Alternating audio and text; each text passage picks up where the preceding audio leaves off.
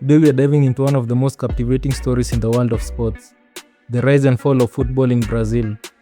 From dazzling Samba-style dribbles to heartbreaking World Cup exits, this is the story of the nation that once ruled the football world. Football is the most popular sport in the world with over 4 billion fans globally. The FIFA World Cup is the most prestigious soccer tournament and it is held once every 4 years.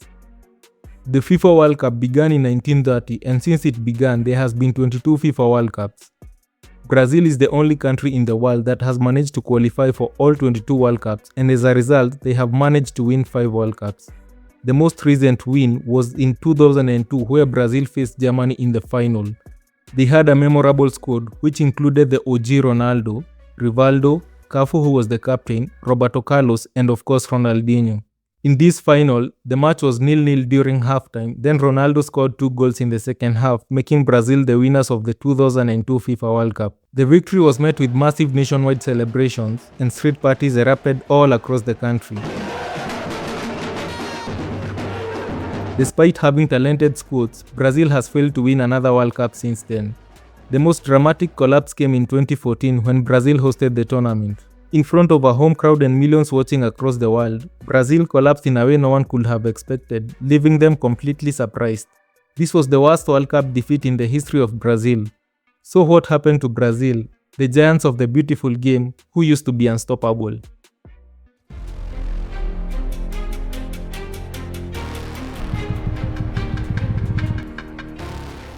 Football was introduced in Brazil in the 1800s by British immigrants who went to live in Brazil. It spread quickly and in the early 1900s they started forming football clubs in major cities like Rio de Janeiro and Sao Paulo. Soon, leagues were started but they had one problem, they only allowed rich people to play. This meant that most black disadvantaged groups did not get to play. Those who weren't allowed to play started improvising by playing in the streets, at the beach and in small fields. They used improvised resources like wooden goalposts and by the 1930s football was being played all over Brazil. Brazil is a very diverse country that had Africans, Portuguese and indigenous cultures living and playing together. Brazil's music and dance traditions, especially the samba, had a big impact on how they played football. Samba is known for its rhythm, smooth movements and creativity, and those same qualities were taken to the football field. Disadvantaged players began using quick footwork, fast changes in direction and creative moves similar to how samba dancers move in the music. This unique and creative style of football soon got a name, Samba football or Jogo Bonito, which translates to the beautiful game. These players were still not allowed to play in Brazilian clubs, meaning they couldn't be picked to play in the national team.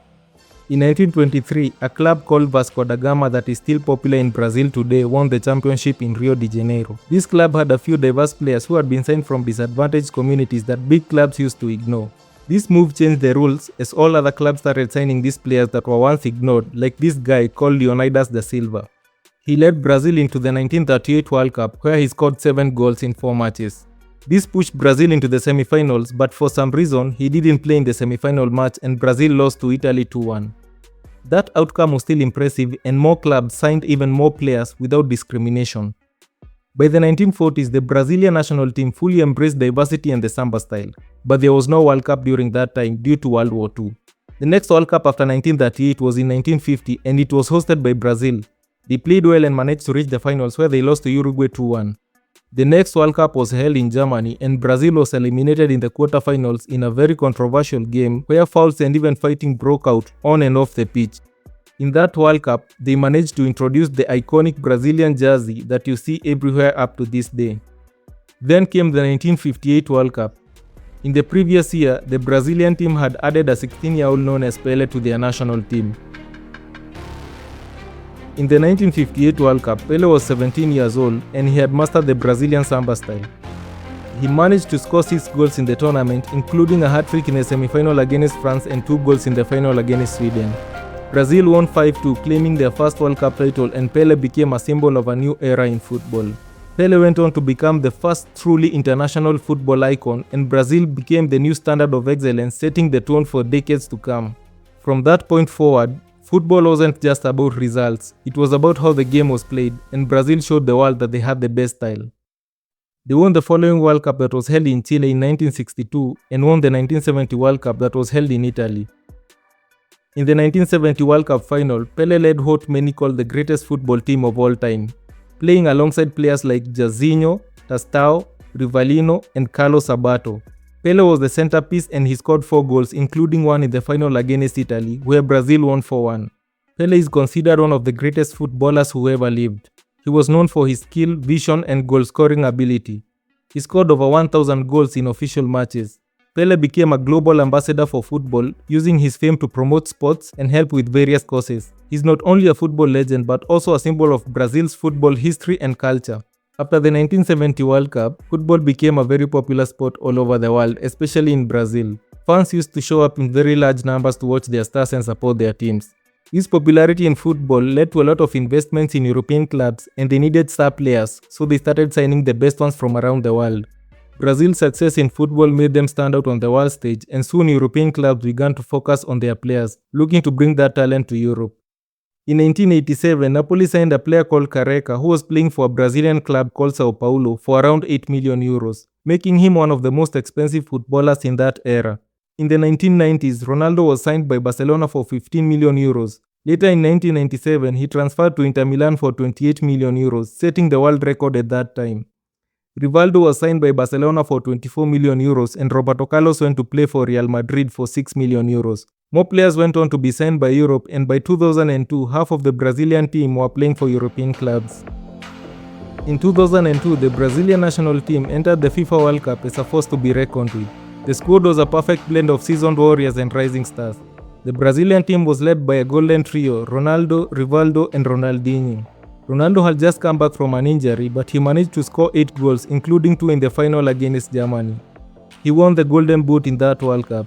In that World Cup, Ronaldinho scored one of the most talked about goals in World Cup history, a long-range free-kick lob over the goalkeeper David Seaman in the quarterfinals against England. The 2002 World Cup will be remembered as a symbol of Brazil's skill, determination, and brilliance by legends. Captain Cafu lifted the trophy, becoming the only player in history to appear in 3 consecutive World Cup finals. Brazil was on top of the world. By 2006, around 90% of the Brazilian team was playing for European clubs. This made Brazil change their style that had made them FIFA World Cup champions 5 times, something no other team has been able to accomplish up to this day. Almost all the players started playing European-style football, influenced by their coaches in Europe. European football focuses on structure and discipline, with players following strict rules and working together to stay organized. Discipline is highly focused on, especially with coaches like Pep Guardiola and Arteta. In contrast, Brazil's football style was known for creativity and style, where players were free to show their skill and play with joy. Their game had a natural rhythm and flow, with fast attacks and moments of brilliance that surprised opponents. With more of their players being coached in Europe, Brazil began shifting towards a more structured European-style approach. In the 2006 World Cup, they managed to reach the quarterfinals where they faced France. During that match, Zidane calmly controlled the game and played a key role that made Brazil lose to France 1-0. Their fans were disappointed, and some even pointed out that the Brazilian team had started playing a different style of football. As soon as a good player was noticed, he was transferred to Europe, where they were trained to play the European way. In 2010, South Africa hosted the World Cup and Brazil lost in the quarterfinals. More players went on to play in Europe. Then in 2014, Brazil experienced their worst defeat in history. Before 2014, Brazil had not lost a competitive home match in over 39 years, but then they faced Germany in the semi-finals. Neymar wasn't playing due to an injury and Silva had been suspended. Germany scored 5 goals in the first half and Brazil had none. Germany are looking good for the final on Sunday. They're making another. Toni Kroos may have just hammered Germany. Oh, this is quite astonishing. He's all over now. 2 for Kroos in 2 minutes. Dira, Özil, they're queuing up. They're all going to score at this rate. Back into Lam. Square. 6-0 it is. They're going to have. They might have number 7 here now. They have got 7.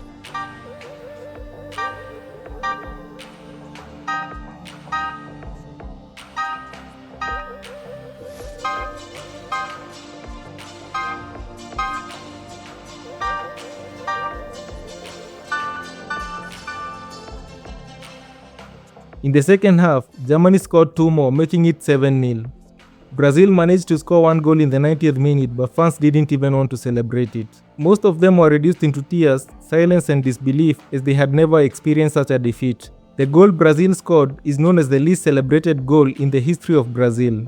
It served no purpose in the match because it was scored in the 90th minute. To make things worse, that World Cup was being hosted by Brazil, so all this happened at home.